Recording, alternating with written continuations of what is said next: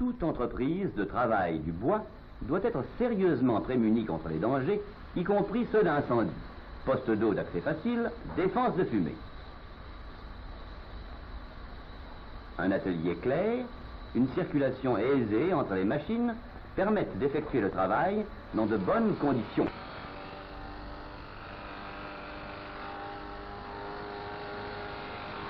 La toupie, de beaucoup la plus dangereuse de toutes les machines à bois, se compose essentiellement d'un axe portant l'outil et tournant dangereusement à très grande vitesse, habituellement à 5000 tours minute.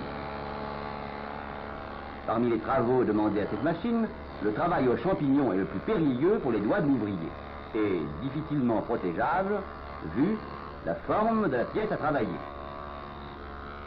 Des précautions peuvent cependant être prises. C'est ainsi que la butée permet à l'ouvrier de prendre appui pour exécuter son travail dangereux.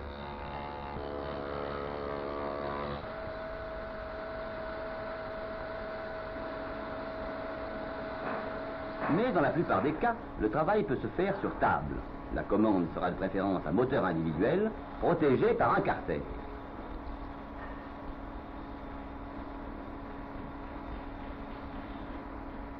Une clavette bloque l'arbre pour l'empêcher de tourner pendant la mise en place des outils.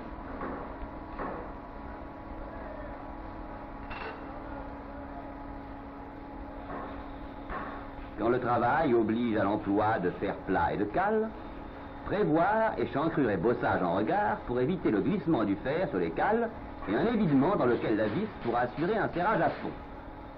Tout fer insuffisamment serré risque en effet d'être projeté. Il faut bloquer la vis et serrer l'écrou.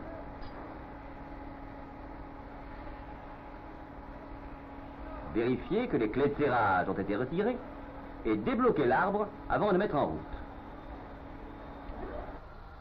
À pleine vitesse, le fer de la toupie devient pratiquement invisible, donc encore plus dangereux de ce fait. Dans le travail à l'arbre, la moulure à effectuer n'étant pas rectiligne, la pièce ne peut être guidée qu'à la main.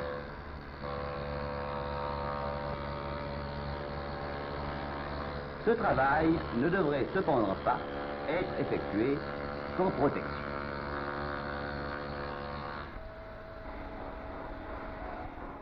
Ainsi, ce carter en plexiglas transparent forme bouclier entre l'outil et l'utilisateur.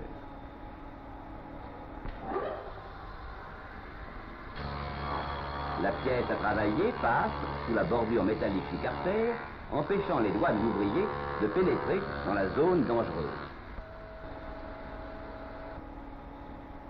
Ce protecteur comporte plusieurs presseurs verticaux montés sur le parallélogramme articulé qui lui donne une pression constante.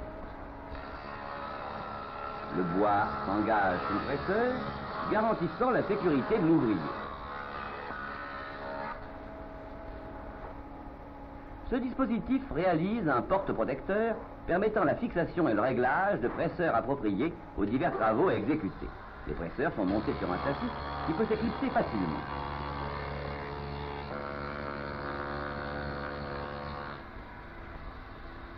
Un ensemble de lunettes et de guides compose cet autre protecteur.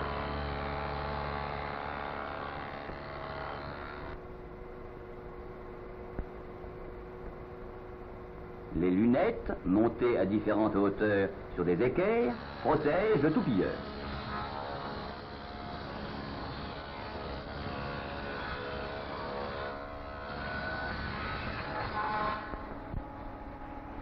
Cette protection comporte des presseurs verticaux, des presseurs horizontaux et un balancier protecteur.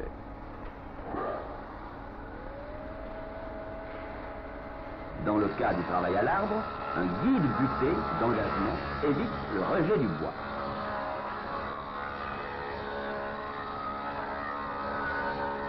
Le balancier protecteur est une cloison mobile entre la main et l'outil.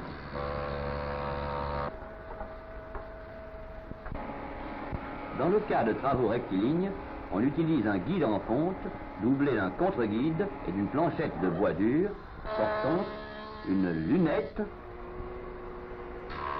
qui ne laisse passer que la partie utile du fer. Le long de ce guide, la pièce de bois sera poussée de façon régulière.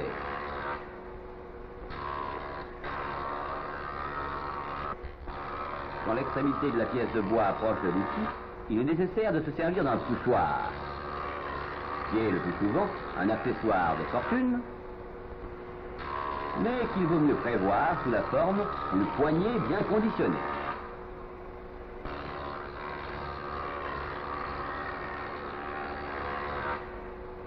Les principaux protecteurs sont les presseurs horizontaux et verticaux que l'usager peut d'ailleurs construire lui-même en fonction du travail à exécuter. Les presseurs en bois sont avantageusement remplacés par des presseurs à rouleau, les uns verticaux, les autres horizontaux.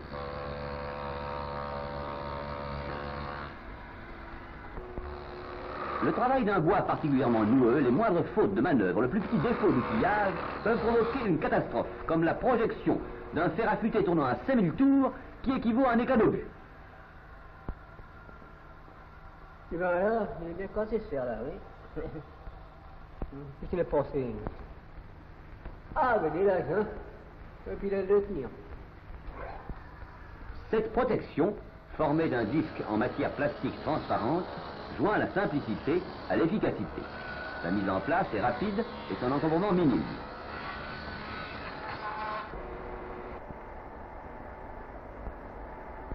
Ce protecteur comporte des réglettes de hauteur variable suivant le travail à effectuer et destiné à limiter la distance entre les deux portions de guide, vide dans lequel pourrait dangereusement s'introduire le bois à travailler ou les mains.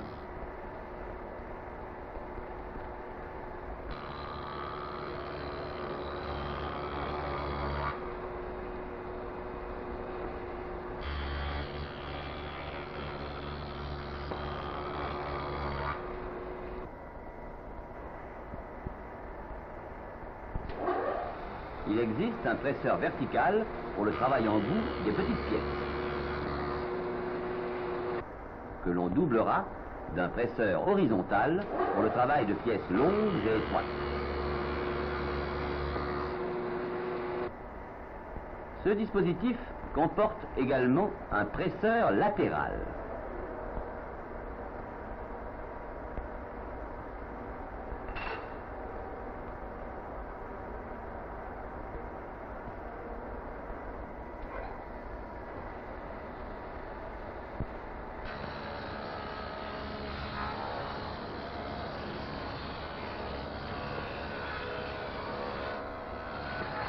Il a le grand avantage d'être instantanément escamotable.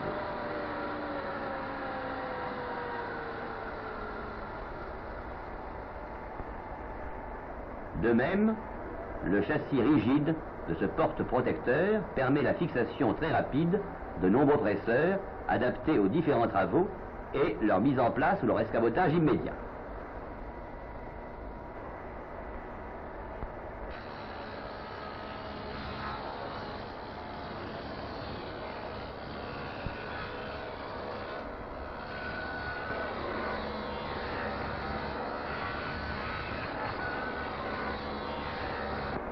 Ce bouclier est commandé par un levier que soulève la pièce de bois, le réglage étant automatique, quelle que soit l'épaisseur à travailler.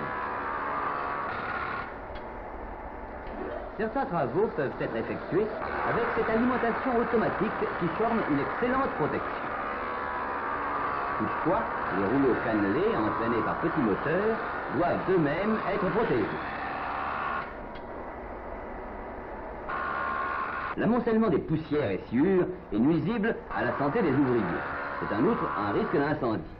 Une aspiration collective présente de multiples avantages. Ainsi placé, le capot d'aspiration sert également de protection à la partie arrière de l'outil. Un système de tuyauterie conduit les sciures à un ventilateur et à un filtre.